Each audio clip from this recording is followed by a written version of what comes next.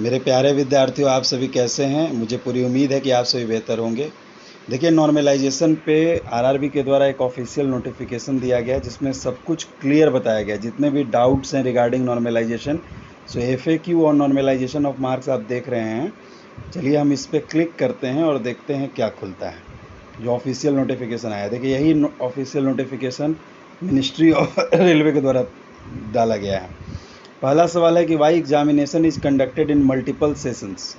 तो जवाब दिया गया है कि RRB examinations attract exceptionally large number of candidates in order to take examination for such a large number of candidates examination has to be split in various sessions keeping in view the limitations of the capacity of examination venues available across the country. For example, CEN2 2018 for level 1 post has attracted 1.89 crore candidates and the examination was conducted in 153 sessions.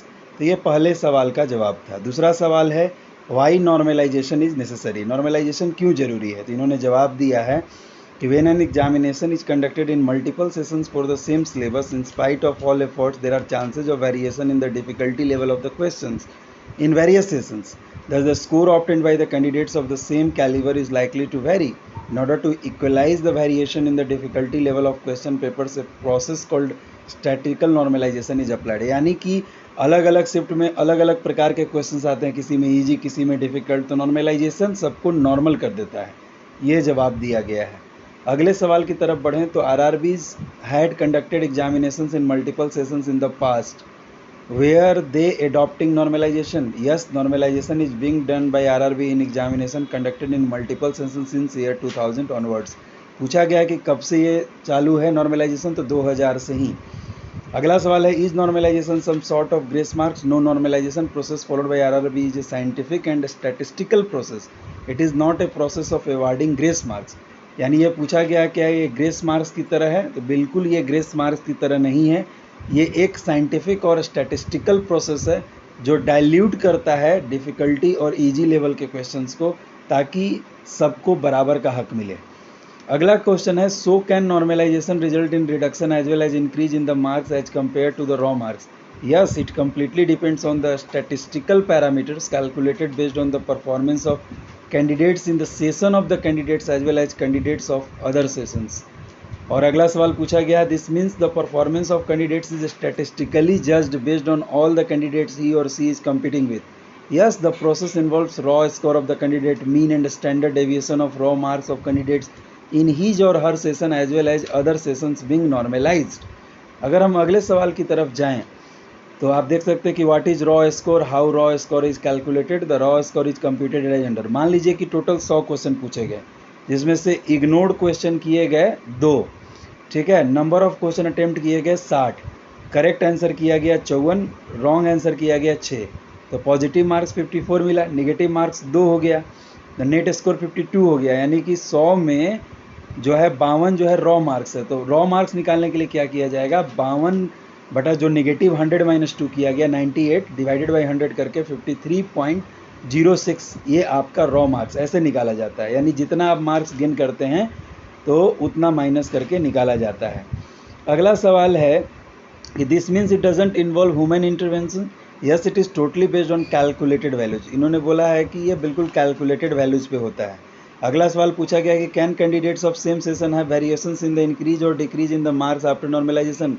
Yes, this is because the raw score of different candidates are different, and as mentioned earlier, the raw score of candidate is also one of the parameters in the calculation. So increase or decrease of one candidate may differ from increase or decrease of another candidate in the same session.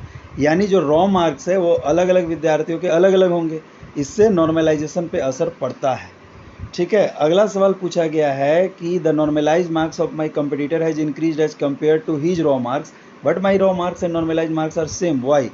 तो in the statistical process, statistical parameters of a session, example mean marks and the standard deviation of marks scored by the candidates in the session are analyzed, and based on the calculated values of these parameters, session is taken as base session. The normalization is carried out with respect to this base session so as to equalize the difficulty level of all other sessions to this session. Since it is base session, so there is no change in the normalized marks and raw marks of this session. यानी बताया गया है कि जैसे किसी का बढ़ गया लेकिन आपका नहीं बढ़ता है, उस सेशन में जो बेस सेशन होगा उसके हिसाब से होता है। यदि हम अगले सवाल की तरफ बढ़े तो लिखा हुआ है कि is this the first time that candidates have got normalized scores more than 100? No, in the past RRB examination also some candidates has marks more than 100। बोला कि ये पहली बार ऐसा नहीं है कि 100 से ज़्यादा है, पहले भी 100 से ज़्यादा मार्क्स मिला है। फिर पूछा गया कि is there any change in the normalisation process और formula for CN 2018? No, the normalisation process adopted in the CN 2018 exactly same as adopted in past several RRB examinations since year 2000। मतलब same process ये apply किया गया है। अगला सवाल पूछा गया, but so many candidates have score marks higher than 100? Yes, in the normalization process, this is possible in case of very good performance in the difficult session. Consider a candidate who had appeared in the most difficult session and it scored very high marks at 90. In the process of normalization, the candidates of this session will generally have increase in their marks as we equalize the difficulty level of this session as compared to the base session. So, a few higher perform in the difficult session, such as this candidate may get normalize marks over 100 also. यानी कि अगर tough session है और उसमें 100 में से 90 question किसी ने किया है तो ऑब्वियसली उसका मार्क्स 100 के ऊपर जा सकता है। जैसे एक दिया गया है डाटा कि consider in examination which is conducted in 9 sessions and the statistical parameters sessions का दिया हुआ है। जैसे सेशन 1 से लेकर 9 तक हुआ exam, mean of raw mark और standard deviation of raw marks, और उसी के आधार पे फॉर्मूला तैयार किया जाता है। और उस जितना डिफिकल्ट सेशन होगा और आप जितना बेहतर करते हैं, जैसे मान लीजिए कि एक कैंडिडेट का सेशन 9 है जहाँ पे रॉ